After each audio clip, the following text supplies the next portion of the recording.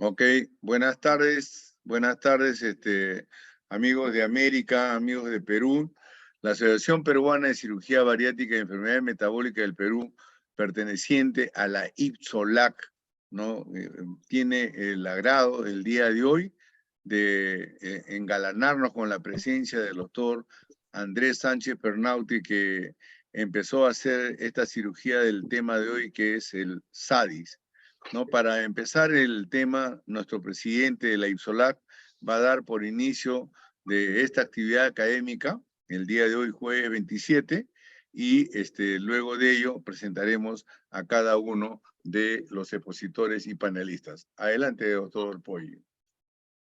Bueno, gracias, doctor Campana. Para nosotros es un placer poder presentar a mi asociación, la Asociación Peruana de Cirugía Bariátrica y Endoscópica de Enfermedades Metabólicas, en este webinar que es de sumo interés, ya que tenemos nosotros el tema de SADIS tratado nada menos que por el autor de la técnica, el doctor Andrés Sánchez Pernauti, y que definitivamente nos hace a nosotros sentir muy complacidos en tenerlo aquí.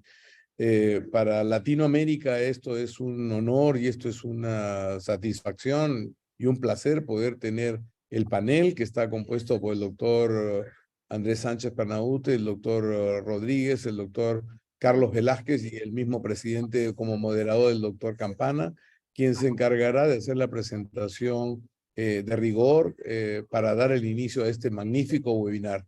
Así que yo quiero dejarlos con este grupo excelente de colegas que van a darnos prácticamente 2 horas de muchas respuestas a las muchas preguntas que tenemos con esta técnica, que es una técnica de innovación y una técnica especial para pacientes especiales. Doctor Campana, muchas gracias por la invitación y quiero darle ya el micro para que continúe con el webinar planificado y pasamos nosotros a integrar el auditorio. Muchas gracias. Gracias. Y un saludo a todos. Gracias, señor presidente. Está usted fuera del Perú, pues, pero gracias por su atención.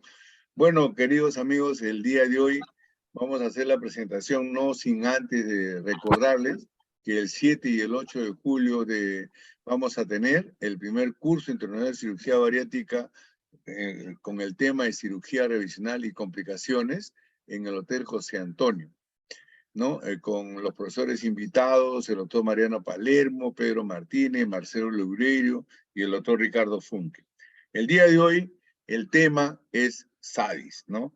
Y el invitado es el profesor, gran maestro, el doctor Andrés Sánchez Pernauti, profesor licenciado en Medicina de la Universidad Complutense de Madrid en el año 1989, doctor en Cirugía en el año 1996, premio extraordinario, especialista en cirugía general y el aparato digestivo, estancia en el Memorial Sloan Kettering Cancer Center en el año 1994 y en el Rochester en el año 1996, ¿no?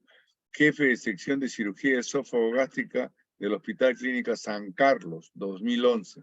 Presidente de la SECO 2021-2023. 123 publicaciones indexadas. 37 libros o capítulos de libros. Más de 10 congresos nacionales e internacionales organizados. Más de 100 conferencias nacionales e internacionales. Vean ustedes la magnitud del profesor Andrés Sánchez. Como panelistas tenemos al doctor Agustín Rodríguez, cirujano latinoamericano de Paraguay, profesor asistente de clínica quirúrgica y semiología, fellow del Colegio Americano de Cirujanos, fellow de la Sociedad Americana de Cirugía Gastrointestinal, SAGES, miembro de la Sociedad Paraguaya de Cirugía Bariátrica y Metabólica y miembro de la Federación Internacional para Estudios de la Obesidad, IPSO. También tenemos muy reconocido al doctor Carlos Velázquez Hapkin, médico egresado de la Universidad Nacional de Trujillo, especialista en cirugía general en la Universidad Federico Villarreal, maestría en medicina, convención y cirugía, diplomado de la Dirección Clínica Bariátrica en México, ponente en eventos científicos nacionales e internacionales en más de 200 oportunidades, editor de la revista Endoscopía Quirúrgica 2000, coautor del libro Ciencia Básica en Cirugía, editor, autor del libro Ciencia Práctica de la Cirugía Laparoscópica 2014. Bueno, Después de ver la presentación de cada uno, esperamos al doctor Andrés Sánchez Pernauti para que presente este tema que es muy importante, pues, para ver la efectividad de esta cirugía en el mejoramiento del sobrepeso, de la obesidad marcada y del mejoramiento de las comorbilidades. Adelante, mi estimado amigo doctor Andrés Sánchez Pernauti. Gracias, Luis. Muchísimas gracias por la presentación. Es un placer para mí y es un honor estar con vosotros esta noche en el webinar que acabáis de presentar. Voy a compartir mi pantalla.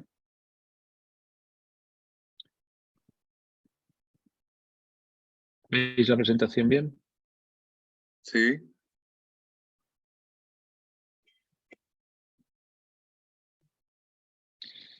Bien. La invitación de hoy es para hablar de la técnica que normalmente aguantáis, que es la técnica SADIS, técnica que fue introducida hace ya 15 años, es decir, no es tan novedosa la técnica, es decir, no es una novedad, lleva 15 años haciéndose, pero sí es una novedad porque ha sido aceptada, como veremos ahora, por la Sociedad Mundial de Cirugía Bariátrica, la IFSO, y por la Sociedad Americana de Cirugía de la Obesidad, la SBBS, recientemente. Es decir, la técnica la llevamos haciendo en España 15 años, pero hasta hace muy poco no ha sido aceptada como una técnica bariátrica avalada por estas sociedades internacionales.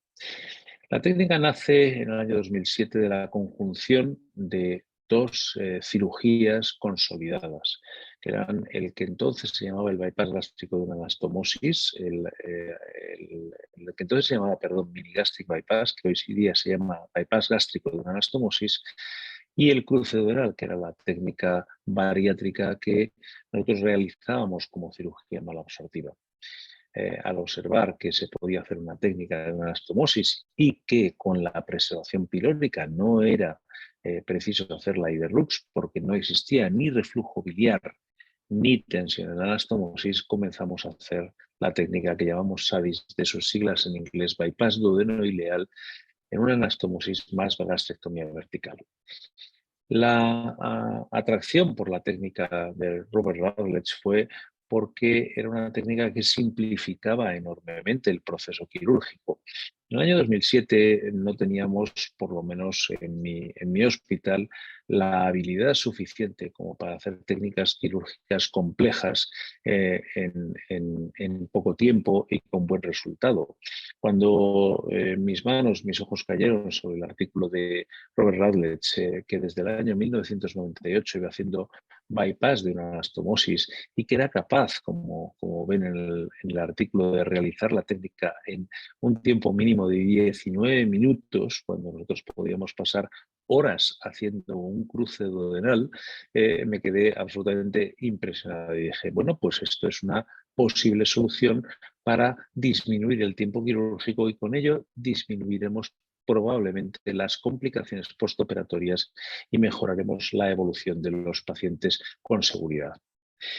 Por recordar algo de la historia mía quirúrgica, yo comencé a hacer cirugía bariátrica en el año 1998, cuando se me encargó hacer la cirugía de los pacientes supermórbidos en mi hospital y la cirugía de revisión después de cirugías bariátricas previas de las que se hacían en los años 90, que fundamentalmente eran gastroplastias verticales anilladas y técnicas de Salmon y técnicas de Torres-Oca. Luego, siguiendo la línea del profesor Escopinaro, comencé dedicándome a la cirugía malabsortiva, puesto que era eso lo que se me requería en mi centro de trabajo, en el Hospital Clínico San Carlos.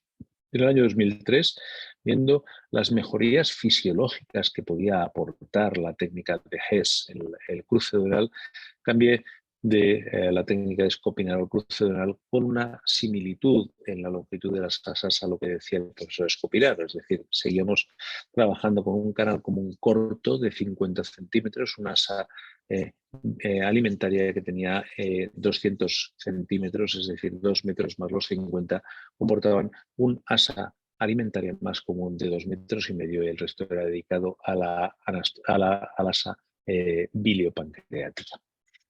En aquellos días, la realización de una técnica quirúrgica por vía laparoscópica de este tipo suponía un tiempo muy prolongado. Entonces, en un momento de agotamiento máximo, pues había que buscar la simplicidad de técnicas quirúrgicas que nos aportaran por lo menos una mejor calidad de vida, y por eso mis ojos cayeron en la técnica de Robert Radlett, que simplificaba enormemente la cirugía, pudiéndose realizar en muy poco tiempo con un buen resultado. A mí, como cirujano gastrointestinal del tracto digestivo superior, no me resultaba cómodo hacer una única anastomosis en el estómago, en omega, es decir, un Billroth 2, puesto que yo ya había abandonado este tipo de cirugía para la reconstrucción gástrica. En mi país hay carcinoma de estómago operado, carcinoma de muñón gástrico, y el pensar en la unión, en una anastomosis de secreciones salivares, secreciones gástricas y secreciones biliares, la posibilidad oncogénica de este contenido, pues no me agradaba, sobre todo para aplicarlo a pacientes con obesidad que podían ser pacientes de una edad media de 25, 30, 35 años, con mucha vida por delante.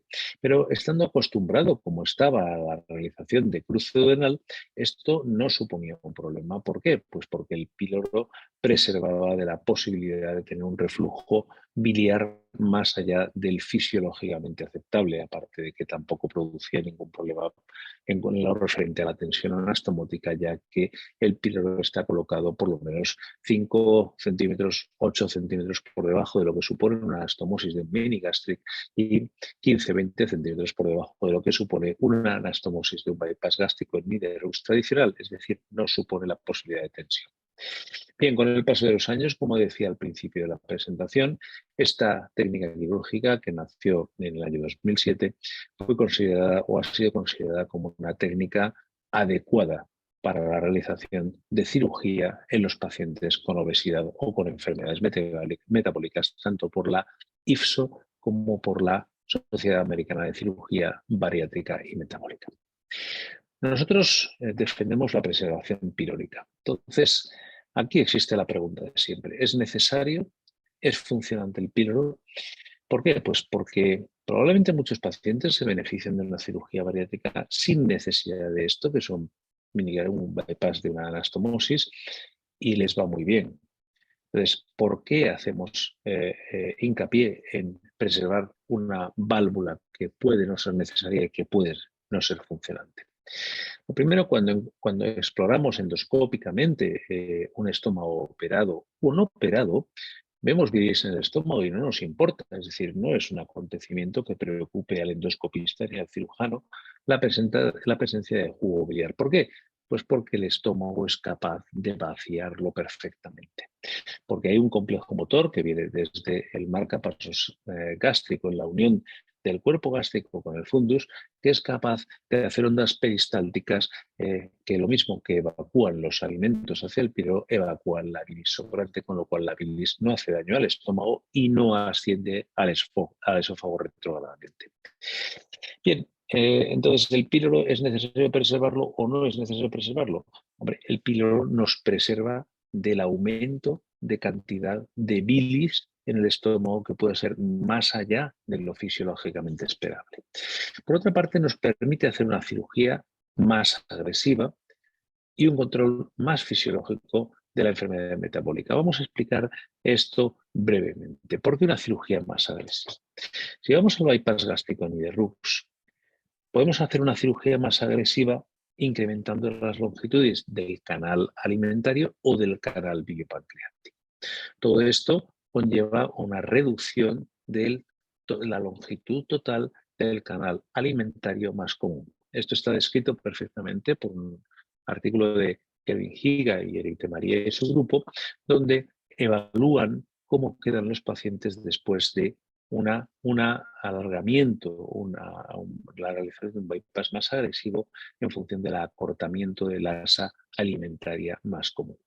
Y ellos ven que con un acortamiento del asa alimentaria más común a 3 metros, el 60% de los pacientes tienen complicaciones en forma de diarrea intratable. Y un 30% de los pacientes tienen una malnutrición proteocalórica severa y han de ser reconvertidos. Es decir, ellos piensan que en un bypass gástrico, con resección del antro gástrico, o por lo menos exclusión del antro gástrico y exclusión del píloro, un canal común más alimentario de 3 metros que permite una absorción limitada de los alimentos, con lo cual consigue una mejor pérdida de peso, es poco recomendable porque causa una enfermedad asociada que es una malnutrición proteocalórica.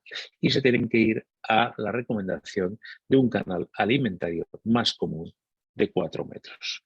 Nosotros, en cambio, vemos que tras la preservación pilórica y la gastrectomía vertical que van con el SADIS, con 2 metros de canal común tenemos un 16% de malnutrición severa. Con 2,5 metros bajamos a un 2,5% y con 3 metros, que recuerden las cifras de GICA, con 3 metros tenían hasta un 30% de malnutrición severa, nosotros tenemos un 0%.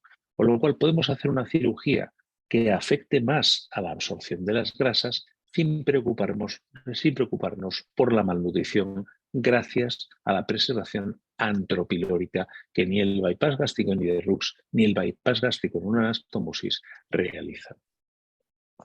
¿Qué decir de la longitud del canal común? Bien, nosotros nos podemos basar en la realización de porcentajes, como hace el mini gastric bypass, un 40-60, un 60-40, un 50-50.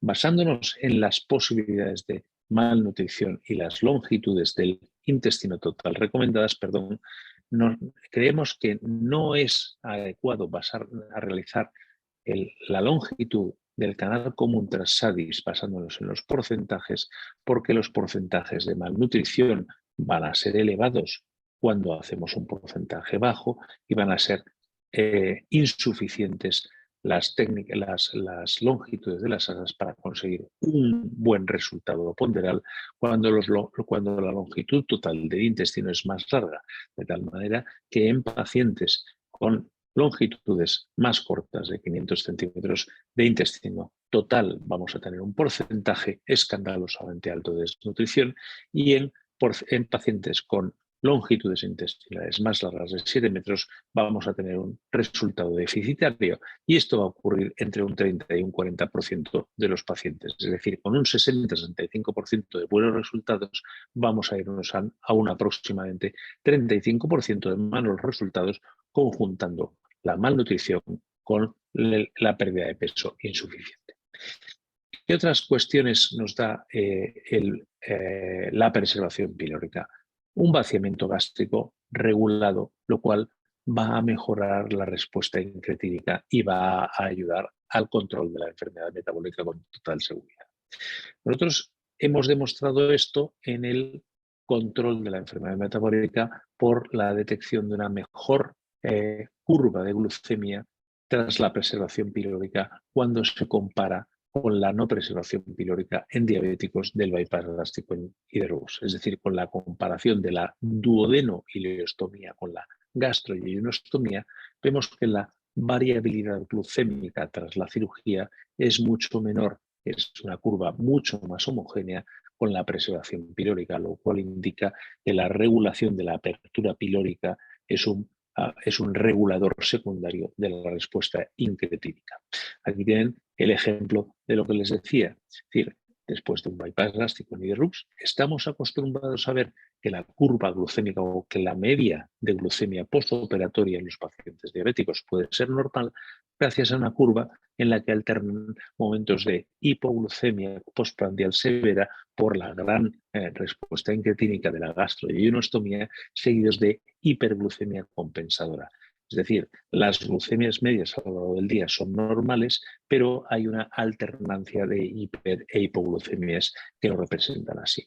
Mientras que después de la preservación pilórica que se hace en el SADIS, pero que también se hace en el cruce duodenal o la gastrectomía vertical, la respuesta glucémica en los pacientes diabéticos es mucho más homogénea, alcanzándose datos similares de glucemia postoperatoria, pero con una curva mucho más homogénea, sin la alternancia de picos y valles que da un mejor resultado a largo plazo. Es decir, los datos de glucemia media son más homogéneos y esto se relaciona con una mejor respuesta diabética a largo plazo en cuanto a los datos de remisión. ¿La anastomosis duodenal es segura? Sí es segura. Nos puede preocupar la disección duodenal porque es un área donde está el páncreas, la vía biliar, unos vasos importantes, etcétera, etcétera, que creo que no deben ser preocupantes para ningún cirujano de los que estamos acostumbrados a operar en el pasado úlceras pépticas, perforadas o sangrantes, porque el duodeno es un órgano que no es peligroso, sino todo lo contrario, muy agradecido. ¿Y por qué es muy agradecido? Porque permite suturas fáciles y seguras gracias a las propiedades probablemente de la secreción mucosa que tiene.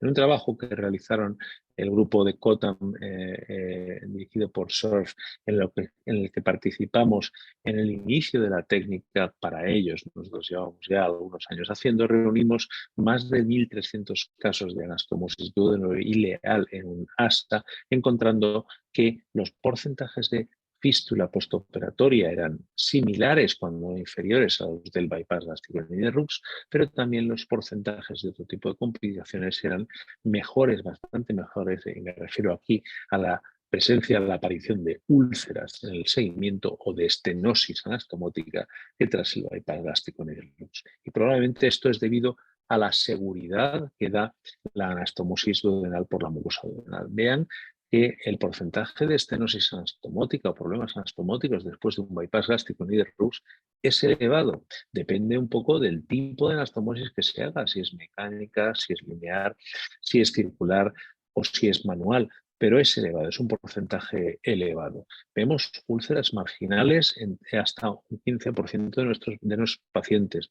Fístulas gastrogástricas que pueden depender del tipo de anastomosis que se haga o de otros factores técnicos durante la realización de la cirugía. Y estenosis anastomóticas secundarias a la aparición de úlceras o de sangrados en un porcentaje que tampoco es desdeñable.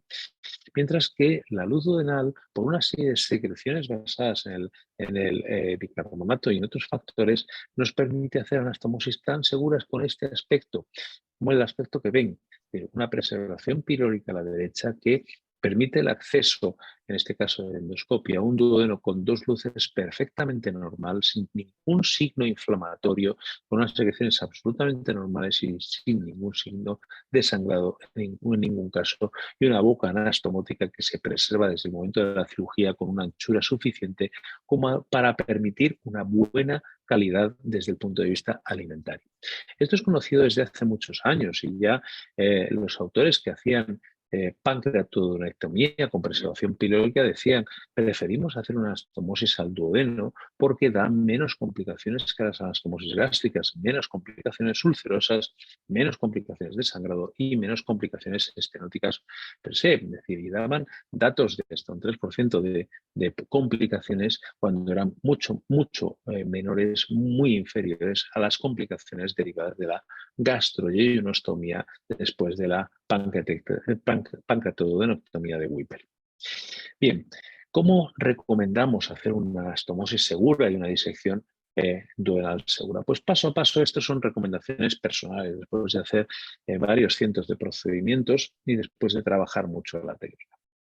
Nosotros recomendamos, y yo recomiendo, disecar el duodeno siempre desde la parte posterior, la pared posterior del estómago. Esto es una diferencia con respecto a la escuela americana, que lo que hace es hacer una disección mínima con una elevación del duodeno por encima de la cabeza del páncreas y el paso del duodeno por la cara posterior a ciegas, más o menos, y llevar luego el asa a este duodeno sin movilización.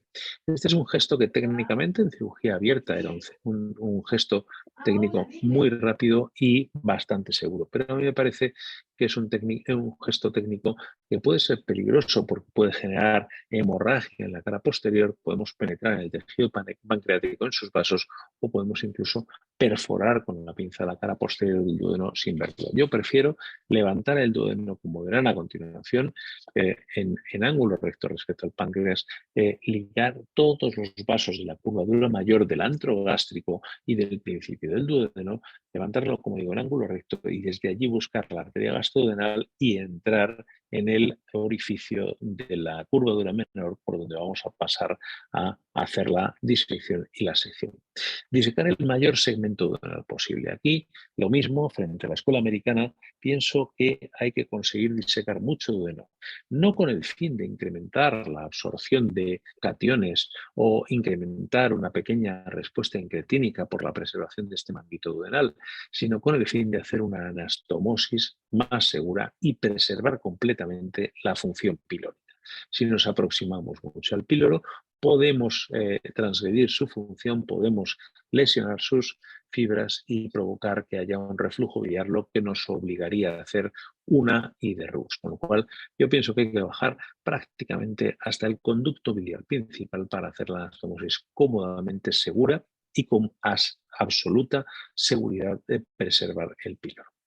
Preservar la arteria gástrica derecha, ¿por qué? Bueno, pues Marchesini demostró en el pasado que se puede ligar la arteria manteniendo la vascularización del duodeno. Eso está claro y no lo voy a discutir. Es decir, es posible si preservamos, si ligamos la arteria gástrica derecha en la raíz, en la arteria hepática, en la raíz de la arteria, podemos preservar la arcada vascular que irriga la curvadura menor del estómago y el principio del duodeno. Pero con ello también vamos a ligar parte de los nervios que conforman el plexo nervioso que viene del plexo hepático. No son los únicos nervios que inervan el píloro, porque también vienen nervios por la curvadura menor del estómago, pero podemos comprometer la función pilórica. Esto no está demostrado y estamos en vías de poderlo demostrar, pero nosotros preferimos mantener no solamente la vascularización, sino la inervación de la curvadura menor intacta. ¿Por qué? Porque se puede, a pesar de hacerlo, hacer una correcta movilización del duodeno y una anastomosis muy segura que está muy bien vascularizada y muy bien inervada. Y además, el segmento duodenal largo, como decía hace un momento, va a garantizar la posibilidad de realizar una anastomosis fácil y segura. Aquí tienen algunos ejemplos en vídeo de cómo lo hacemos. Ven que el cirujano tira del duodeno hacia arriba, manteniendo un ángulo recto de la primera porción duodenal con respecto al páncreas y la grasa que lo rodea, que lo cubre por encima. El duodeno hay que liberarlo en toda su circunferencia con el fin de conseguir una correcta movilización. En esto creo que es mucho más útil la utilización, el uso de un bisturí ultrasónico, porque el ultrasonido ayuda a disecar las fibras que hay en esta zona extraperitoneal que une el duodeno con el páncreas. Aquí ven cómo buscamos que haya un plano que esté formado por este ángulo diedro entre la cara posterior del duodeno que traccionamos hacia arriba y la superficie del páncreas. Y en el ángulo de este diedro va a recorrerlo la arteria gastroduodenal. Seguimos con un ejemplo en vídeo, cómo vamos disecando circunferencialmente todo el duodeno, liberándolo de toda su grasa para que la movilización sea completa. Vean cómo quitamos la grasa de la parte superior, lo despegamos en caso de adherencias de la vesícula. Los pacientes más difíciles son los que están operados de vesícula, sea por vía abierta o por vía laparoscópica, hasta conseguir una completa movilización del duodeno. Entramos en el ángulo que hay entre la arteria gástrica derecha y la pared del duodeno y entramos de detrás hacia adelante. Si podemos hacer más disección de la presentadora y progresar más con respecto a la arteria gastrodenal, mejor. Si la reacción del duodeno nos preocupa porque pensamos que podemos traumatizarlo, el paso de este vessel loop nos puede ayudar a traccionar sin ningún traumatismo sobre la pared del duodeno y progresar al máximo posible. Cada vez que venimos de vuelta a hacer la disección, podemos progresar más aún. Ven cómo aquí está perfectamente preservada la arteria gástrica derecha, de tal manera que la situación ideal sería esta. Ven cómo tenemos en vertical la pared del duodeno, en vertical un poco angulado la arteria gastrodenal y en la base del triángulo, arriba la arteria gástrica derecha y en la base del triángulo la arteria gastrodenal. Y nuestro límite no es la arteria en sí misma, podríamos decir que es el conducto biliar, si lo vemos, pero no en todos los pacientes con obesidad mórbida se puede ver el conducto biliar, sino que nuestro límite serían esa zona del páncreas que está tan íntimamente ligada a la pared duodenal que ya no lo podemos desecar. Es decir, cuando el páncreas, el tejido pancreático, se adhiere firmemente a la pared duodenal, es donde ya no podemos progresar más y cortaremos con nuestra máquina de sutura endoscópica. Así preservamos, como en el esquema cogido de un texto argentino, como si vamos a ligar todos los vasos, la arteria infrapilórica y toda la curvadura mayor, nosotros preferimos preservar los vasos de la curvadura menor con el fin de darle una mejor vascularización a nuestra anastomosis, que la podemos ver con verde de endocianina o sin verde de endocianina. Podemos ver cómo generalmente la preservación de la arteria nos da una mejor coloración. Coloración que se ve alterada cuando hacemos la disección, y esto lo notarán todos los que tienen experiencia cuando estás haciendo la disección del duodeno, y sobre todo la primera parte de la anastomosis, donde hay un cierto grado de tracción del duodeno al hacer la unión con el ilion, hay un compromiso del retorno vascular que provoca una congestión venosa que da un color azulado durante un tiempo a la zona del manguito duodenal, que nos puede preocupar pensando que puede ser isquémico. En cuanto se libera la tensión porque se acaba la anastomosis, el duodeno recupera su color y su vascularización normal y toma ese color sonrosado blanquecino que demuestra que la anastomosis va a ser segura. Más allá de esto, vean qué manguito duodenal tenemos, que pueden tener unos 3 centímetros después de hecha la anastomosis, es decir, es muy largo y muy seguro. Ven el píloro por la parte de arriba. Esto garantiza una buena vascularización, una preservación nerviosa y no es necesario movilizarlo más.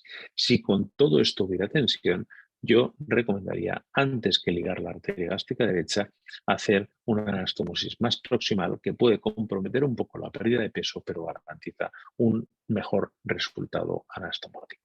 Como decía, es importante, aunque es especulativo totalmente, mantener las ramas nerviosas que vienen del plexo hepático, porque así respetamos la doble inervación pilórica, la de la Target, y las ramas que vienen, como ven aquí, por la arteria gástrica derecha. Si nosotros vamos a la arteria hepática y ligamos la raíz de la arteria gástrica derecha, vamos a ligar parte de esta inervación, pero esto lo demostraremos próximamente.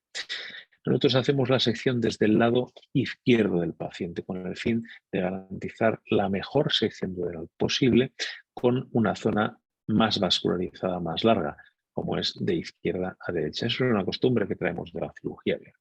¿Y cómo hacemos después la anastomosis? Pues la podemos hacer de dos formas. En el vídeo de arriba ven una anastomosis manual y en el vídeo de abajo ven una anastomosis mecánica que tras ascendida el asa ileal se puede acercar al muñón duodenal y se hace una anastomosis lineal terminolateral que no tiene ningún conflicto con la línea de Grappas previa, y esto lo puedo garantizar después de haber hecho varios cientos de anastomosis de este estilo. Vean que queda una boca anastomótica que tiene más de 2 centímetros antes de cerrar el defecto, con lo cual es una boca de más de 3 centímetros, de más de 2 centímetros y medio. Es una anastomosis muy rápida que se puede hacer en aproximadamente 8 o 10 minutos y es una anastomosis tremendamente segura. Vean cómo con esta tracción abajo, en la parte de abajo, podemos ver un poquito de congestión venosa que hace que la coloración no sea la más adecuada, pero luego se recupera. Y arriba hay una anastomosis manual. La anastomosis manual yo personalmente la hago en 2 planos. Siempre he hecho todas las anastomosis en 2 planos. Me parece más segura. Creo que se cubren posibles defectos de la cirugía laparoscópica.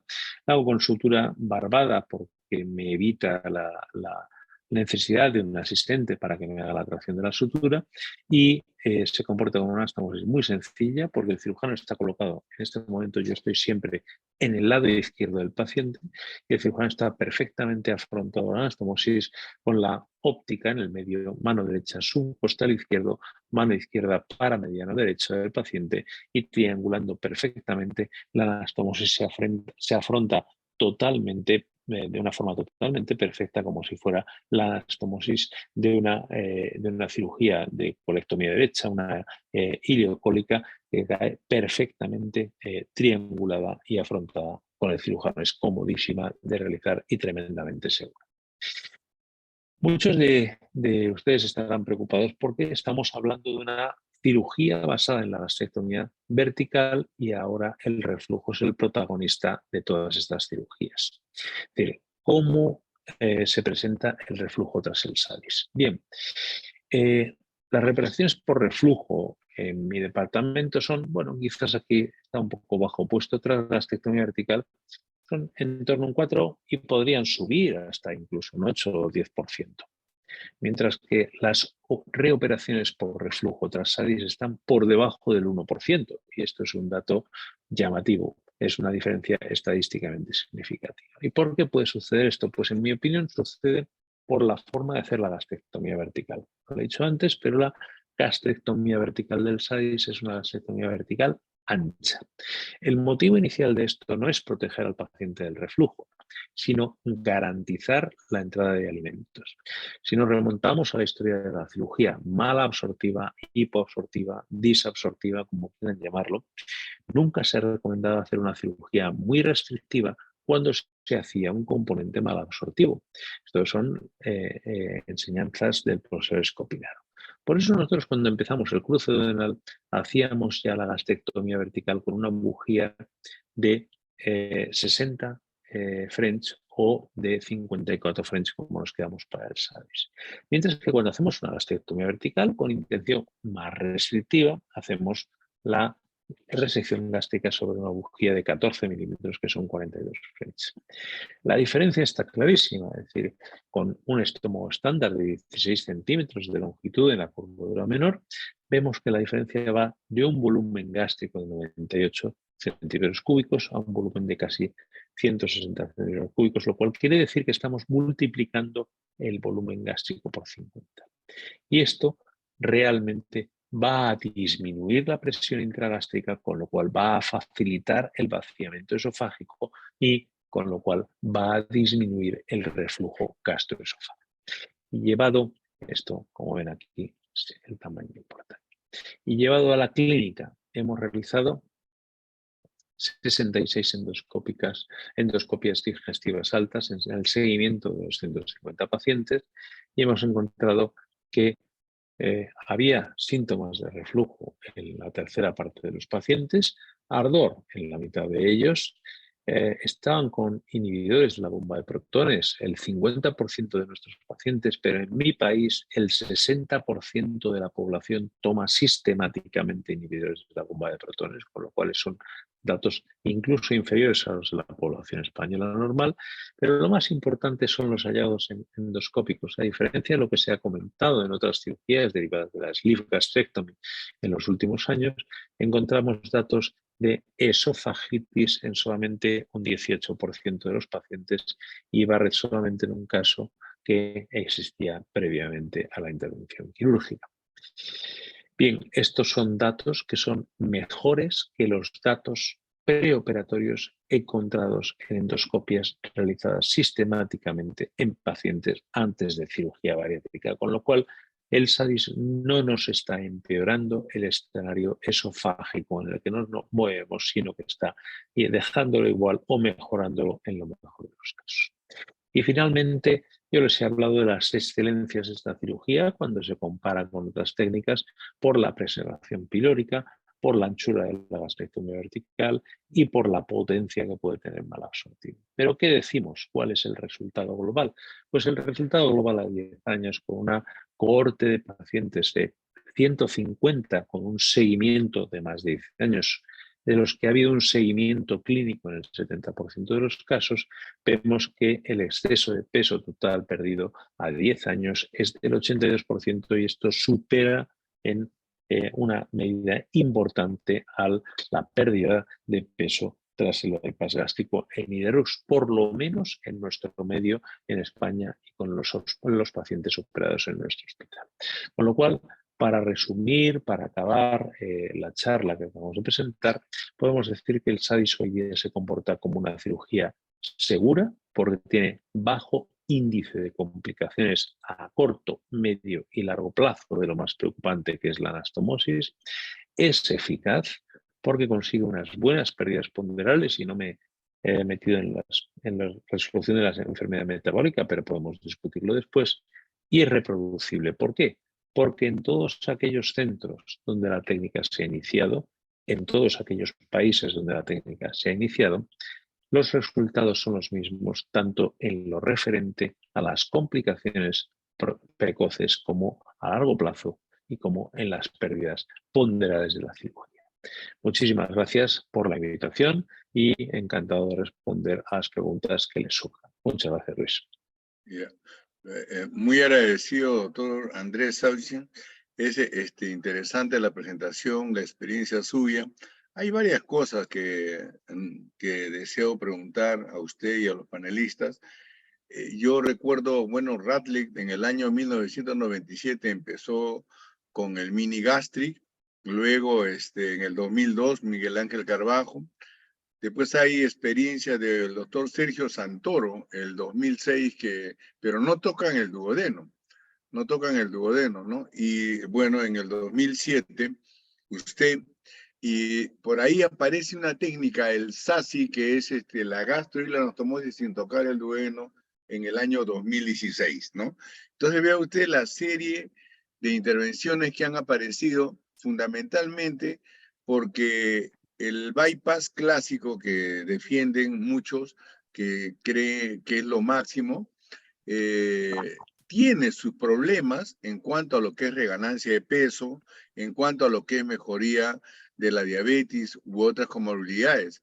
Pero estas cirugías, que vamos a llamarles hipoabsortivas, han demostrado que a largo plazo, después de 5 o 10 años, los resultados son buenos, ¿no? Como leí en sus trabajos, creo que después de 10 años la diabetes todavía se mantiene en 80% en mejoría, en cambio en el bypass no.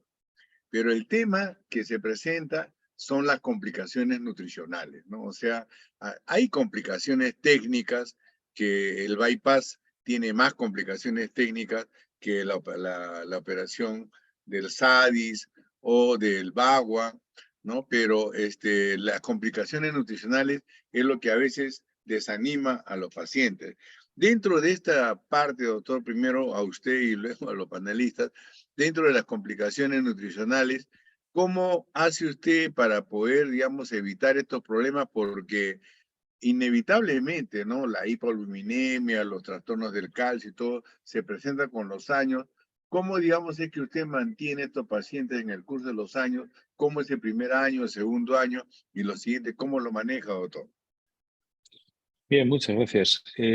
La primera preocupación al hacer una técnica disabsortiva variante de unas técnicas previas bien aceptadas fue: vamos a generar más problemas solo. Bien, la serie inicial que hicimos con una asa común de 2 metros indujo un 16% de necesidad de reoperaciones por complicaciones nutricionales.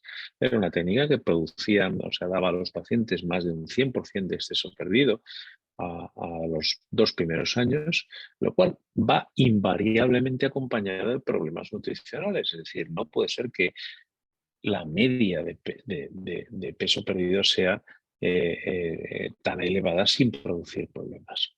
Y los problemas sean debidos a la absorción de proteínas, la absorción de albúmina, al mantenimiento de niveles adecuados de vitaminas, etcétera, etcétera.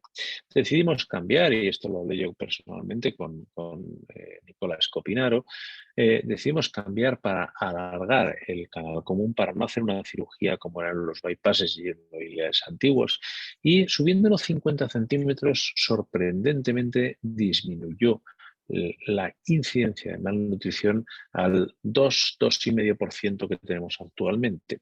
Pero aquí hay más datos interesantes.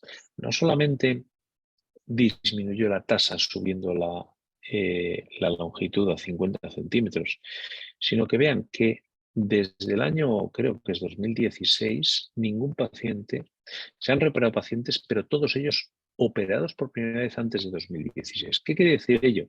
Hemos aprendido a hacer una técnica más segura, hemos aprendido a tratar mejor, suplementando mejor a nuestros pacientes y hemos aprendido a seguirlos mejor. Ahora los suplementamos con dosis altas de calcio, con dosis altas de vitamina D, y todos los pacientes van suplementados inicialmente con vitaminas y hierro. Y en el seguimiento la mayor parte de ellos no necesitan continuar la suplementación de todos estos productos, solamente mantienen la de calcio y vitamina D a largo plazo. Pero además seleccionamos a los pacientes. Los pacientes con más alta probabilidad de desnutrición, son aquellos que son más añosos, con un índice de masa corporal inicial más bajo, pacientes que tienen indicios preoperatorios de desnutrición o mala nutrición por bajos niveles de 5 de fosfatas alcalina preoperatorio, pacientes diabéticos con una glucemia más elevada o una glicada más elevada, es decir, una diabetes más descompensada, junto con el rasgo también de hipertensión arterial.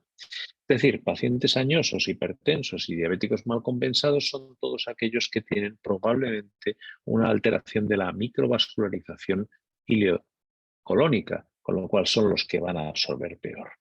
Además, si vamos a canales comunes más cortos o pacientes con baja reserva nutricional por bajos niveles de zinc o de fosfatas alcalina detectables en el preoperatorio, son aquellos que van a ir peor. Y en esto recomendaríamos hacer un canal común de 3 metros. Esto es un estudio realizado bastante a fondo, pendiente de publicación, pero que nos da una mayor garantía de seguridad. Medir bien las asas, no quedar nunca por debajo de los 2,5 metros y seleccionar los pacientes de tal forma que los añosos o más complejos desde el punto de vista metabólico irían a un canal común más largo. Preferimos que este paciente pierda un 70% en lugar de un 80%, pero que esté vivo y con buena calidad de vida. Muy bien. Doctor Agustín Rodríguez, ¿qué opinión tiene al respecto usted sobre la disertación del doctor Andrés Sánchez? Bueno, muchas gracias. Brillante presentación, doctor Sánchez. Realmente creo que, como yo le había dicho con anterioridad, acá en Paraguay estamos iniciando una experiencia en SADI, comenzando por revisional, ya casos primarios también. Y ocurre, creo que siempre es excelente escuchar de aquel que tiene mucha más experiencia y puede aportar mucho más, ¿verdad? Por ejemplo, lo que había comentado de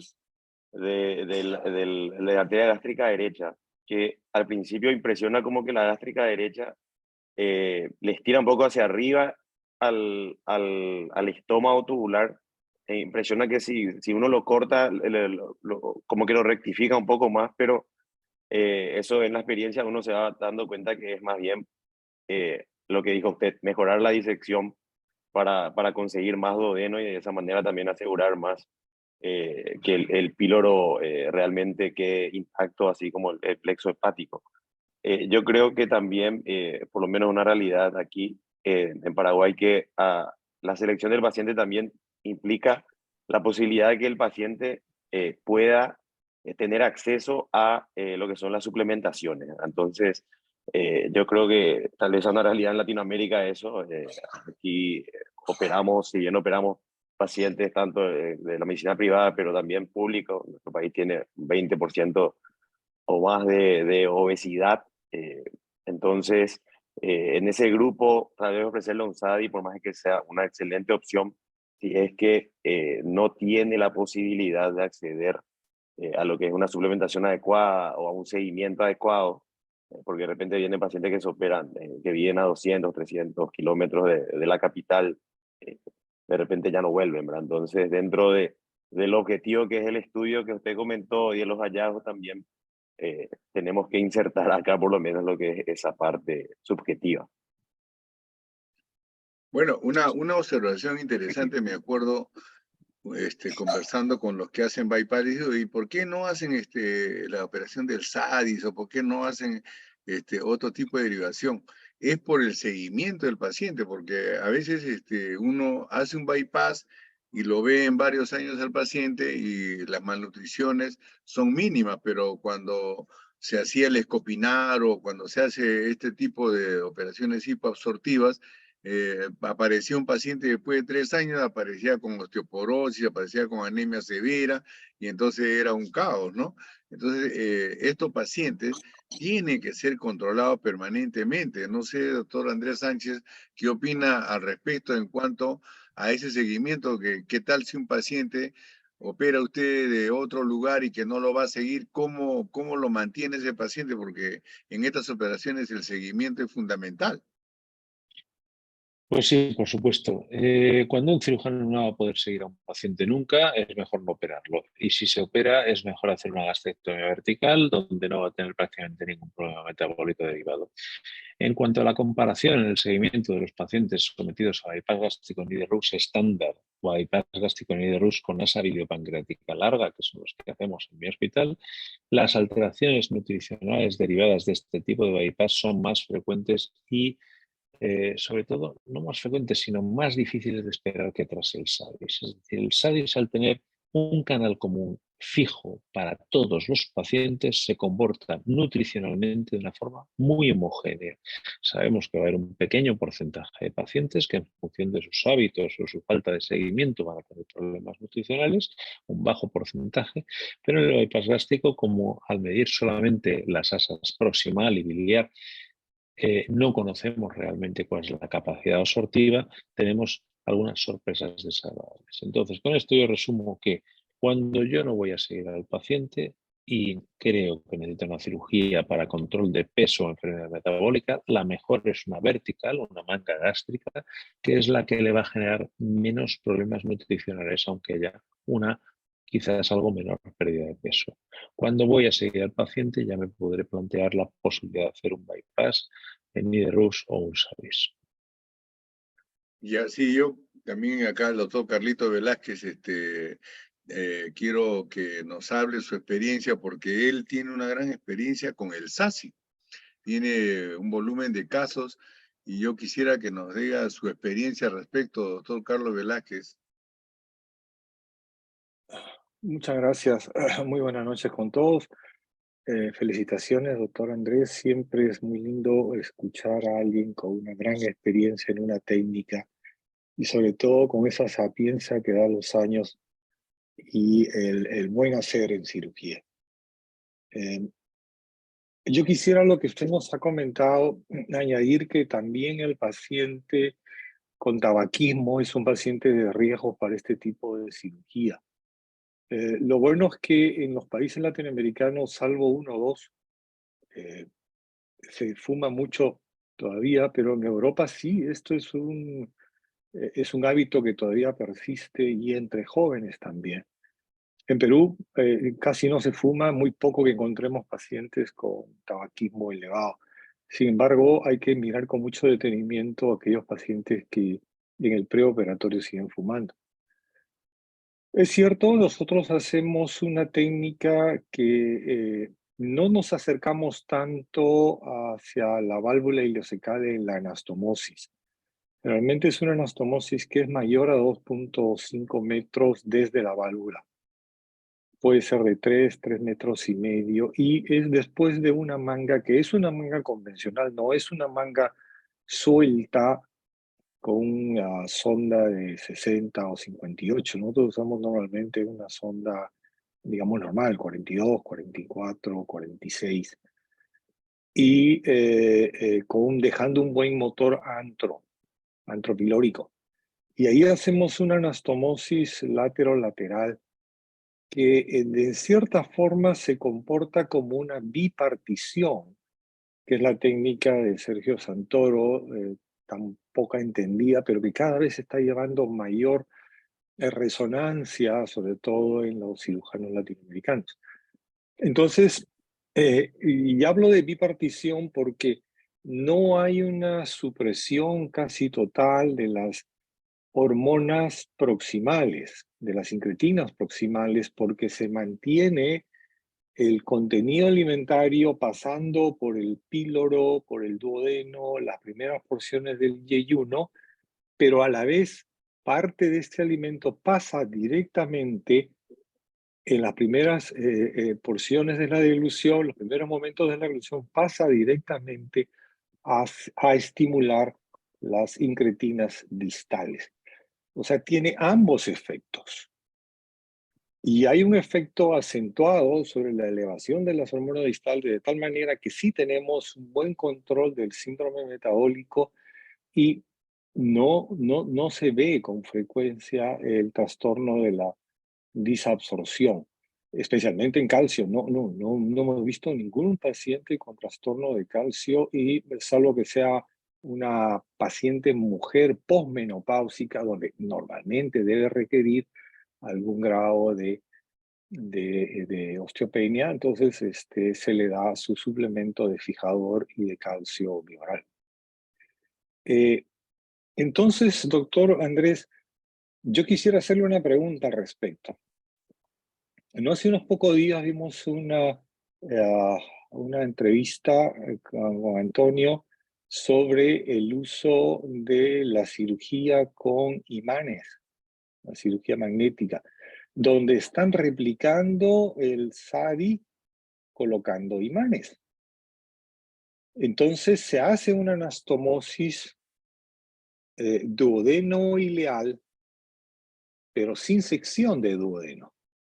Entonces aquí se está haciendo una bipartición. Los resultados se espera, porque todavía hay poca experiencia en él y pocos casos hechos, se espera que estos resultados puedan ser similares al SADI convencional o se van a parecer un poco más a una bipartición. ¿Qué es lo que podemos pensar al respecto, doctor? Pues muchas gracias por la pregunta, es un tema interesantísimo. Es un tema interesantísimo, además del que deriva también de por qué el SADIS funciona a pesar de incrementar el canal común exactamente igual que el cruce duodenal. Bien, en cuanto al SASI, yo tengo mi especial opinión que se deriva de la realización de una anastomosis antroyeyunal o antroideal. El problema que veo a esta anastomosis básicamente es que es una anastomosis ulcerogénica. Si se hace en omega, es una anastomosis que baña el estómago de bilis como en un minigastric, y si se hace en Rux es una anastomosis que puede ser ulcerogénica porque cogemos un andro no denervado y lo empalmamos al intestino delgado. Eso es la única cuestión técnica que tengo, porque por otra parte, yo veía como, bueno, pues cirujano tradicional del tracto digestivo superior, a mí me enseñaron que cuando uno da dos salidas al estómago, es decir, cuando se hace una gastroenterostomía por úlcera, que es lo más parecido a una bipartición, una de las bocas no funcionaba a la larga y solamente funcionaba uno. Y esto lo hablo con Sergio en varias ocasiones, y él insiste en que tiene perfectamente controlado qué cantidad de contenido alimentario pasa por una y pasa por otra. Yo lo veo que es difícil de controlar y difícil de saber, es decir, el enfermo va a una incógnita en su evolución. Pero realmente hay un aspecto muy importante que es lo que has comentado ahí. Es decir, con mantener el tracto duodenal abierto, permitimos que haya una secreción de hormonas intestinales, fundamentalmente el GIP, que no se espera que suba tanto como el péptido I o como el GLP-1, que es lo que asciende más en el posoperatorio del SADIS o del cruce duodenal, mientras que tenemos el GIP que puede ascender más porque se segregan las células proximales de duodeno y yeyuno, y que tienen una acción saciante e importante aparte de control de la glucemia, lo cual puede incrementar la pérdida de peso por saciedad precoz antes que necesitar la mala absorción de grasas, con lo cual es un efecto compensador con respecto a las técnicas distales que permite una buena pérdida ponderal. Eso es en la teoría, estamos en el camino de demostrarlo, pero es una teoría que parece bastante atractiva si salvamos lo que decía yo de la anastomosis antroileal. No me parece muy atractiva por el tema de la ulcerogénesis. En mi país todavía la gente fuma mucho. Y en segundo lugar, sobre la anastomosis duodenoileal sin sección pilórica, hemos colaborado con Michel Gagné en una serie de casos. En el clínico hemos hecho, pues, no recuerdo si son 8 o 10 casos. La técnica es interesante y atractiva, es decir, permite hacer una cirugía mínimamente agresiva, porque es una anastomosis magnética, que fisiológicamente puede comportarse, como digo, como muy atractiva, porque es una anastomosis que se hace en el tiempo, es decir, que conforme va haciendo esa anastomosis va cayéndose la parte intermedia, que da tiempo a cicatrizar sin necesidad de material de sutura. Es decir, es un concepto realmente atractivo y que tiene futuro. Yo creo que no para este tipo de cirugía, sino para otras técnicas en el tubo digestivo.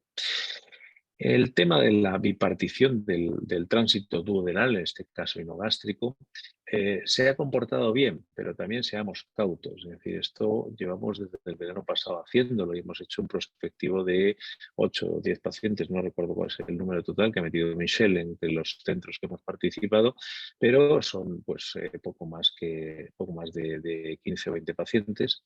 Y las pérdidas a corto plazo son similares a las del SADIS o el DS.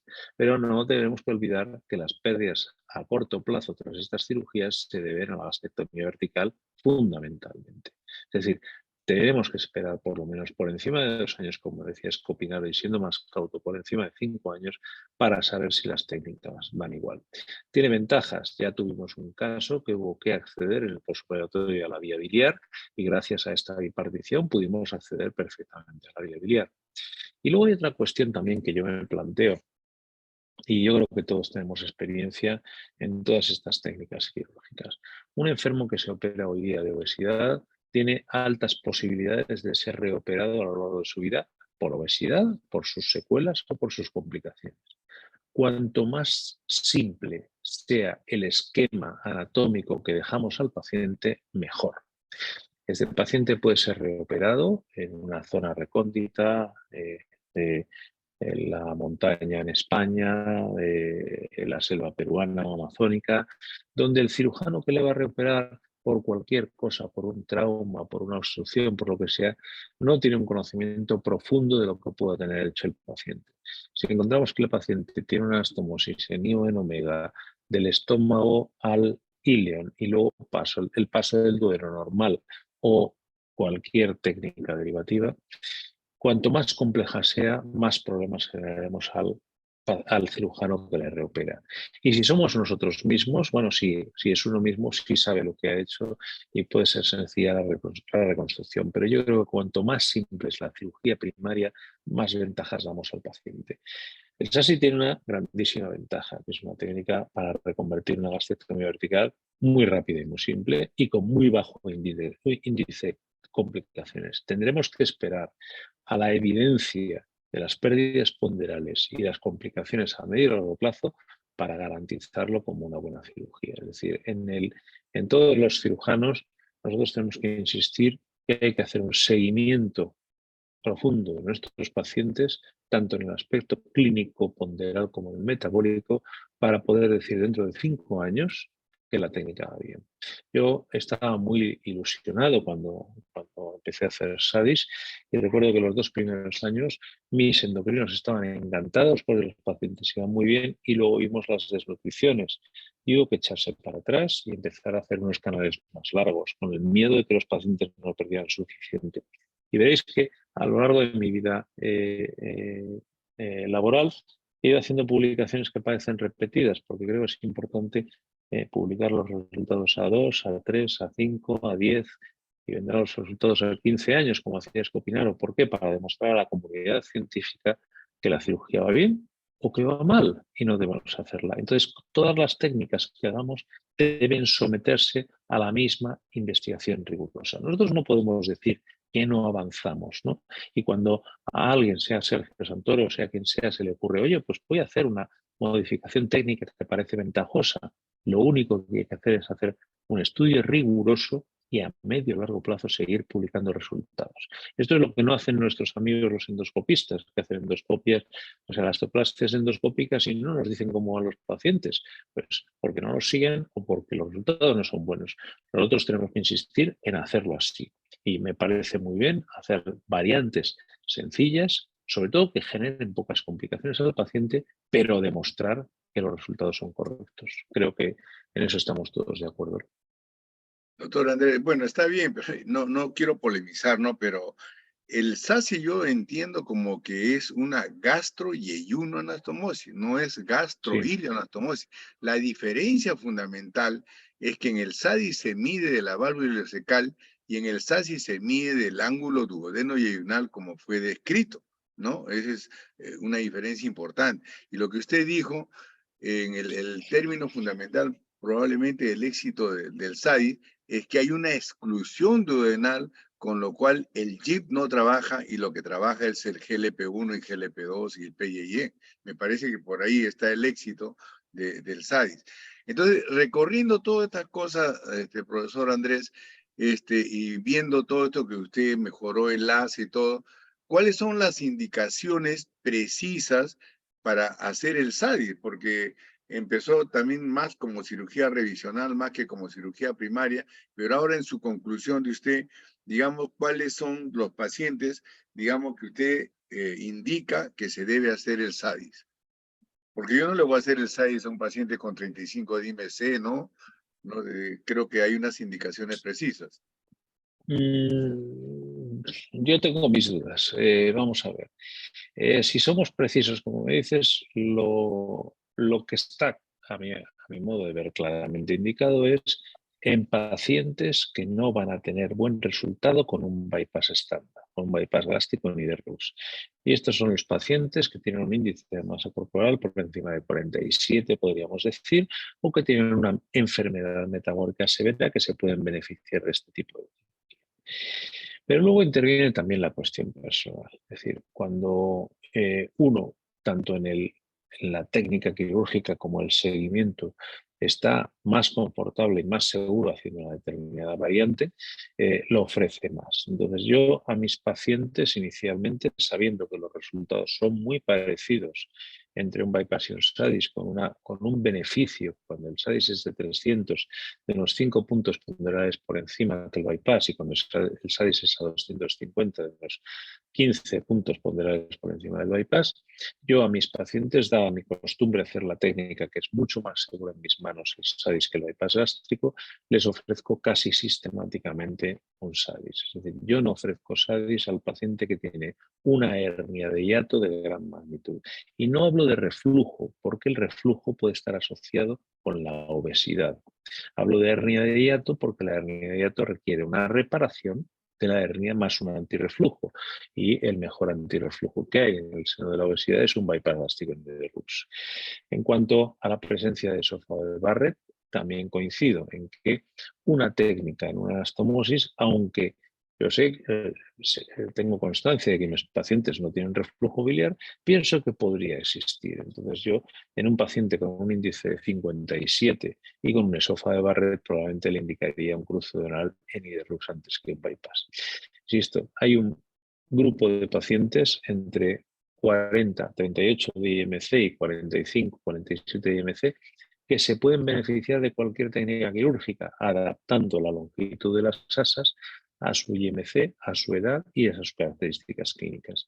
Entonces yo la adapto y normalmente les ofrezco un SADIS, pero podría hacer un bypass también, salvo que tengan una hernia de hiato de gran magnitud, en cuyo caso hago un bypass gástrico sin ningún problema. Doctor, eso de la adaptación que dice usted en un paciente con IMC 38, ¿quiere decir que le va a dar mayor longitud de haz ilial? Pues debería darle. Es decir, un paciente con un IMC de 38 sé que tiene, si le hago un SADIS a 250, mayores posibilidades de desnutrición, con lo cual le debería dar entre 270 y 300 centímetros para garantizar que va bien. Ahora, si el paciente es muy joven y tiene una buena capacidad adaptativa y no tiene una diabetes severa, le puedo dar 250 igualmente, que se va a comportar seguro. Adapto si el índice de masa corporal es bajo, si la edad es elevada o si la enfermedad metabólica es muy severa, tendríamos que ir 270, 300 centímetros para actuar con más seguridad. Perfecto. Doctor Agustín, digamos, ¿qué opina en cuanto a las indicaciones, digamos, cómo focaliza usted a los pacientes para realizar esta intervención del SADI? No, prácticamente yo creo que lo ha dicho todo el doctor Andrés. También tengo en cuenta lo que ha comentado. Hasta ahora las revisionales que han tocado, bueno, evidentemente han sido pacientes con IMC más de 40, 45, diabéticos, realmente con una remisión de la diabetes alta. Eso es algo que se contempla, se observa y en el seguimiento realmente se nota la eficacia de este procedimiento. Lo que yo le quiero tirar la pelota al doctor Sánchez y preguntarle es, ¿cuándo revisamos un SADI y qué le podemos ofrecer al paciente? Un segundo, un momento. Cuando revisamos un SADI, digamos, si por alguna falla que tenga, ¿no? Exacto. ¿Qué pasó con el doctor? Me pidió, que se pidió fue, un ¿no? tiempo. No, pidió un tiempo. No está, parece que se Sí, desconectó. estoy aquí. Lo que pasa es que en estas horas de la noche en Madrid es un poco complejo y tengo mi mascota llamando a la puerta de la habitación porque soy el único despierto en la casa y está aquí dando vueltas en mí. Lo siento. ¿Cuándo lo realizamos? Pues, insisto, yo, paciente con un índice de masa corporal por encima de 45, ya me planteo hacer un SADIS, y paciente con una enfermedad metabólica severa, le hago un SADIS siempre. Lo puedo hacer en un tiempo, en dos tiempos. Cuando el índice de masa corporal inicial está por encima de 55 y tiene factores de riesgo, pienso que debo hacerlo en dos tiempos, aunque si la cirugía es técnicamente sencilla, lo hago en un tiempo igualmente. Pero tengo que garantizar que el paciente va a hacer un seguimiento y una suplementación adecuada. Si no lo va a hacer, no lo hago. Le hago un bypass corto o una gastrectomía vertical. Ya. Don Andrés, aprovechando la pregunta de nuestro hermano Agustín, ¿hay pacientes, digamos, que usted ha hecho el SADIS y no han bajado de peso? Sí.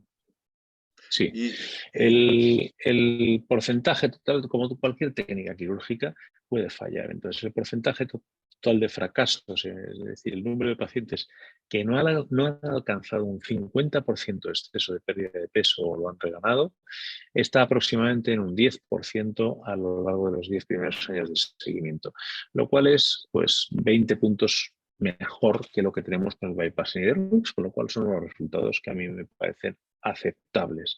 Además, no hay que incrementar la agresividad de la técnica, puesto que podemos generar una enfermedad. Es decir, yo creo que el paciente que no pierde peso con un SADIS generalmente no se merece ninguna cirugía más.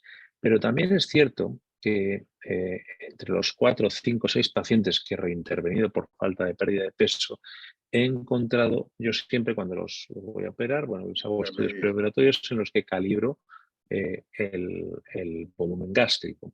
Y siempre pienso que la mejor técnica es volver a reducir el volumen gástrico. Pero he encontrado varios pacientes en los que he visto que el ASA común estaba por encima de 4, incluso por encima de 4,5 metros, lo cual indica un fracaso y los he convertido a un SADIS a 250. En los pacientes en los que he hecho reducción del tamaño gástrico, que creo que tiene que ser, si encuentras una longitud de la ASA común de 250, 300 centímetros, no debes reducirlo más. Entonces puedes actuar sobre el estómago. La RESLIF es una técnica que puede ir acompañada de complicaciones serias y que da en mis manos, mala calidad de vida durante los 2 primeros años al paciente porque le dificulta mucho la El flujo. ingesta de alimentos. Don Andrés, no, lo que pasa es que, por ejemplo, un colega me comentó, oye, me dice, hace 10 años he hecho un escopinaro, no sé, hace 10, 15 años, y el paciente ha venido ahora más obeso que antes. ¿Qué le hago a ese paciente? ¿No? Un escopinaro que ha hecho pues a 50 centímetros de valva secal con un asa de 2,5 metros. Poco. Yo recuerdo una paciente que le hizo una gastrectomía vertical y en la primera visita posoperatoria, a los 15 días de la cirugía, había ganado 1 kilo. Al mes y medio había ganado 3 kilos. A los 4 o 5 meses estaba ganando peso después de una gastrectomía vertical con un calibre de la manga de 14 milímetros, ¿no? ¿Y qué hice con la paciente? Pues la fui siguiendo y cuando le fui a ofrecer el SADIS, la paciente se murió de una insuficiencia hepática porque era una alcohólica. Es decir, la justificación estaba en un problema de alcoholismo que incrementaba su ingesta calórica día a día y que mantuvo desde el primer día. Y luego, yo tengo también muchos pacientes con escopinaros hechos, muchos iban bien y hay algunos que han reganado peso. Pues tengo una paciente que le hice ya hace muchos años, hace como unos 20 años, una resección intestinal dejando solamente 2 metros de intestino, de los cuales 50 centímetros era el canal común y un casquete gástrico superior que no llegaba a los 50 centímetros cúbicos. Y la paciente sigue pesando 170 kilos. ¿Por qué? Pues porque no se ha movido de la cama jamás, ¿no? Entonces, hay pacientes contra los que no debes luchar. Entonces, yo mantengo. Yo me dejo un posible margen de error, ¿no? Entonces reviso al paciente que es joven, que no pierde peso adecuadamente y en el que puedo haber cometido un error. Entonces actúo, entro en la barriga del paciente y mido el canal común. Si el canal común es adecuado, miro el estómago. Si puedo hacer una resección gástrica porque tengo un estómago muy grande, lo hago. Pero hay muchas veces que consigues un filete de estómago que resecas que no tiene más de 1 centímetro de ancho. Y eso, como decía, da mala calidad de vida al paciente y le puede producir complicaciones. Entonces, si el paciente tiene un canal común de 2,5 metros, lo normal es que sea un paciente que no se va a beneficiar de nada más. Tuve una paciente que la operé 3 veces. La hice primero una gastrectomía vertical y la paciente reganó peso. La convertí en SADIS y la paciente reganó peso. La hice en una re-sleeve y ¿qué hizo la paciente? Abandonó su hogar, se casó, tuvo un hijo, se fue de la ciudad y dejó de regalar peso, porque lo que necesitaba era cambiar de su ambiente. Yo había operado a su padre 3 veces de obesidad y a su madre 4 veces de obesidad y a su tía 2 veces de obesidad. Era un ambiente completamente patológico. Daba lo mismo que lo que le hiciera sobre el estómago o sobre el intestino. Son pacientes que tienen transgresiones dietéticas importantes y que no vamos a conseguir nada. Y si intentamos hacer una cirugía más agresiva, como es la conversión de un SADIS a un cruce duodenal, lo único que vamos a hacer es grabarles con las complicaciones de la otra cirugía, en mi opinión. Claro, el doctor Nathan Sundel, hace una conferencia hace poco, enemigo de la cirugía revisional por todas las complicaciones que puede tener, porque una cirugía revisional, antes que una cirugía primaria, pues tiene mayor porcentaje de complicaciones. Y entonces insiste también, como el profesor Cohen, al tratamiento médico con todas las drogas nuevas que han aparecido, el liraglutide, el mesoglutide. Entonces lo hacen como antes de la cirugía y también después de la cirugía. ¿Qué opinan al respecto?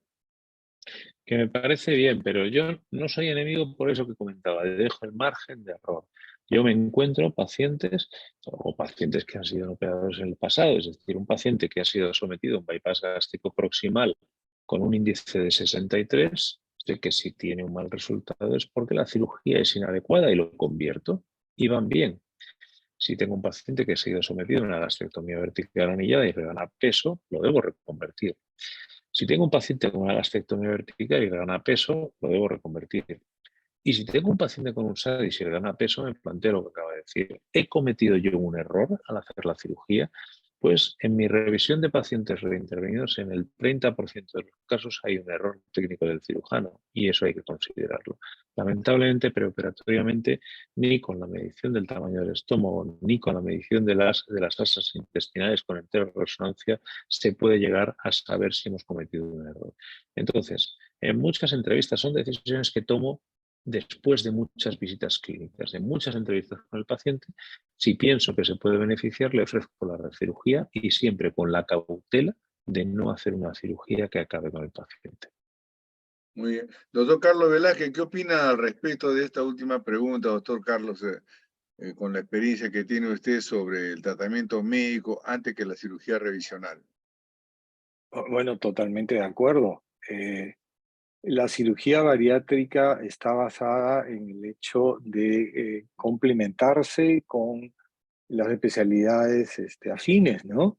Psicología, nutrición, ejercicio, el apoyo social para la familia, porque los casos que nos cuenta el profesor Andrés son muy comunes. Pacientes que son operados, ellos siguen su dieta durante los primeros meses, pero el resto de la familia sigue comiendo comida rápida y sigue tomando mucha gaseosa y bebiendo licores los fines de semana en forma desmedida, etcétera. Entonces, no hay un cambio en la mentalidad, no hay el cambio, la aceptación de una dieta saludable, de ejercicios, de una disminución de la ansiedad, que es lo que produce la reganancia de peso en muchos de los casos. Pero como bien dice el profesor Andrés, yo creo que siempre hay que revisar nuestros videos cuando nos tocan la puerta nuevamente los pacientes porque han reganado peso o están en alguna complicación. Hay que revisar nuestros videos conscientemente, tener la visión de un amigo que esté mirando por encima de nosotros para decirnos, mira, acá hay un error y a veces nosotros no lo queremos reconocer, pensamos que es una cosa banal, y alguien que nos pueda decir, mira, no, acá sí hay un error y esto debe ser corregido. Totalmente de acuerdo. Yo aprovecho una pregunta muy chiquitita para el doctor Andrés. Si en la evaluación preoperatoria el paciente no tiene litiasis vesicular, pero alguien más en la familia ha sido operado de cálculos biliares, ¿usted rutinamente le hace la colecistectomía a los pacientes que se someten a SADI? Porque la reparación de una coleocolitiasis después de un SADI es obligadamente quirúrgica. Es muy difícil hacerlo por vía endoscópica, ¿no? Sí, Buena pregunta. sí. Mira, nosotros cuando empecé el Escopinaro, siguiendo lo que hacía Nicolás Escopinaro, le hacía colecistectomía. Cuando empecé el crucerenal hacía apendicectomía también por lo que hacía GES. Ahora lo único que hago es el gesto bariátrico, nada más. No quiero añadir ningún gesto que pueda dar complicaciones al paciente, salvo una colelitiasis sintomática, que sé que el paciente tiene indicación quirúrgica, y que no me prolongue excesivamente la dificultad ni la duración de la técnica. Es decir, incluso si el acceso a la vesícula biliar es complejo y el paciente está sintomático, paucisintomático, puede dejarle para un segundo tiempo. El paciente lo puedes operar 6 meses después sin ninguna complicación. La colecistectomía en un paciente con esteatosis hepática y con obesidad mórbida tiene más mortalidad que la cirugía bariátrica, con lo cual yo intento asociar lo mínimo posible. Si voy a operar de bariátrica, opero de bariátrica. Si el paciente tiene colelitiasis, me da lo mismo. Lo trato como un paciente como en la clínica habitual. Colelitiasis sintomática es lo que opero, sea joven, sea mayor, sea lo que sea. Y si creo que el paciente tiene indicación quirúrgica por los síntomas, valoro durante la intervención quirúrgica el riesgo que puede tener. Es decir, no podemos subir, estamos en unas mortalidades ínfimas después de la cirugía bariátrica, no podemos incrementarlas por ello. Y veo que es totalmente normal hacerlo 6 meses después, 1 año después. Y luego, en cuanto al acceso de la colelitiasis, hemos tenido solamente un caso con litiasis de la vía biliar después de un SADIS. Y curiosamente, además, fue un caso que tuvo reganancia ponderal o una pérdida insuficiente. Entonces hicimos la revisión de la vía biliar junto con la revisión del SADIS conjunta. Y se abordó primero la vía biliar, se hizo la extracción de la coledocolitiasis y a continuación, después de cerrar la vía biliar, hicimos la revisión del SADIS con una sección de ASA y un acortamiento de la ASA que estaba en 4 metros, dejándola en 2,5 metros. Interesante. ¿Qué opina Agustín sobre esa parte que es bien frecuente, ¿no? La litiasis con una cirugía bariátrica. No, estoy de acuerdo con lo que ha dicho Andrés. De hecho, hay múltiples estudios que avalan que hacer la colecistectomía, si bien la cirugía bariátrica no solo prolonga el tiempo operatorio, sino que también las posibles comorbilidades, ¿verdad? Así que también, al menos que sea sintomática la litiasis, no la tocaría.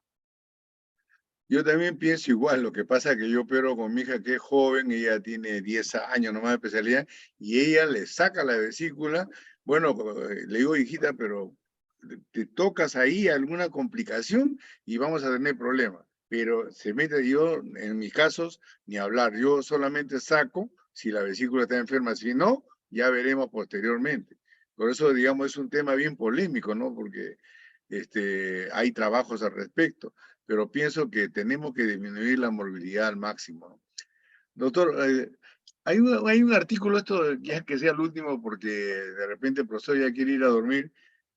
Hay un artículo que vi en el Obesity Study en el 2020 sobre un tema que decía SADIS este, SADIS oeste, ¿no? O sea que comparaban casos de SADIS en pacientes que tenían más problemas de peso contra SADIS en pacientes que tenían más problemas de morbilidad, o sea, de diabetes, y la distancia de las asas y el tamaño del estómago era diferente. No sé qué opina usted al respecto de ese artículo. Pues no lo conozco, no lo conozco y Está en el Obesity 220. intento leer todo, lo buscaré. Vamos, en el aspecto de los pacientes con problema ponderal puro, con problema de peso puro, a partir de 47 de IMC merece la pena hacerlo con un canal de 250.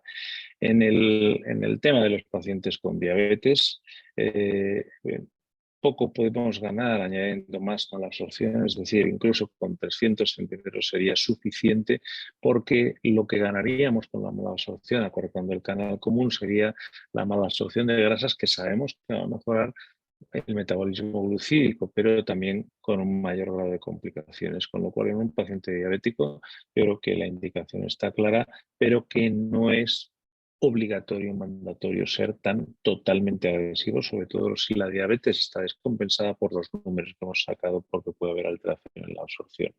Y yo me quedaría con eso. Y un paciente con un IMC de 38 y una diabetes de 15 años de evolución, con insulina, le daría un SADIS a 300.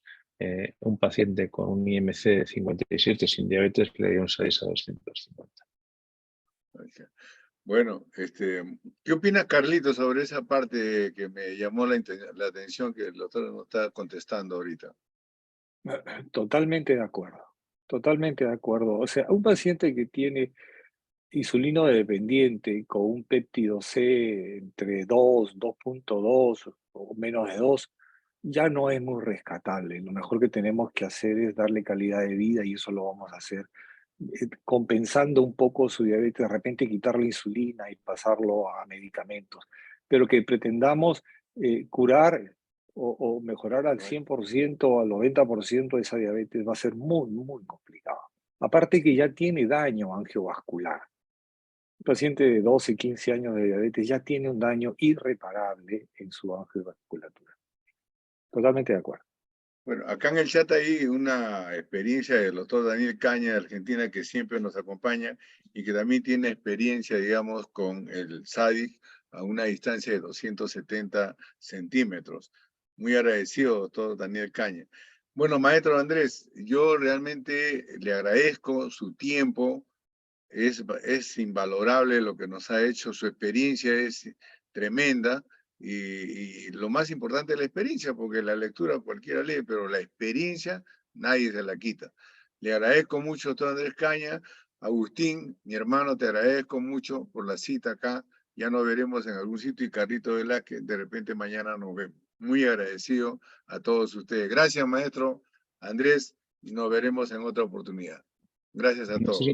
Muchas gracias a todos. Voy a responder en viva voz a Daniel porque no he podido responderle por el chat, no sé por qué. Que un abrazo muy fuerte, nos vimos hace tiempo ya en Colombia y hemos disfrutado de algún webinar. Espero que nos veamos próximamente en Argentina también. Y lo mismo me preguntaba Roberto sobre una comparación entre el SADIS y el duodenal switch. Pues ya lo he dicho, yo creo que los resultados son muy parecidos y las complicaciones del del Duodenal Switch son bastante mayores. Muchas gracias a vuestra sociedad y a ti, Luis, por la invitación. Ha sido un placer estar con vosotros y yo creo que nos veremos próximamente tanto en Mendoza como en algún otro centro por ahí. Dentro de unos días voy a pasar por vuestro país, así que a lo mejor nos vemos por ahí. ¿Vale? Gracias, vale. Muy agradecido. Un abrazo. Buenas noches. Muchas gracias. Chao, Carlitos. Chao, Gracias. Agustín. Hasta luego, Andrés. Adiós. Chao, Lucho. Hasta luego. Hasta luego. Hasta luego, Agustín. Chao, chao. Gracias por todo.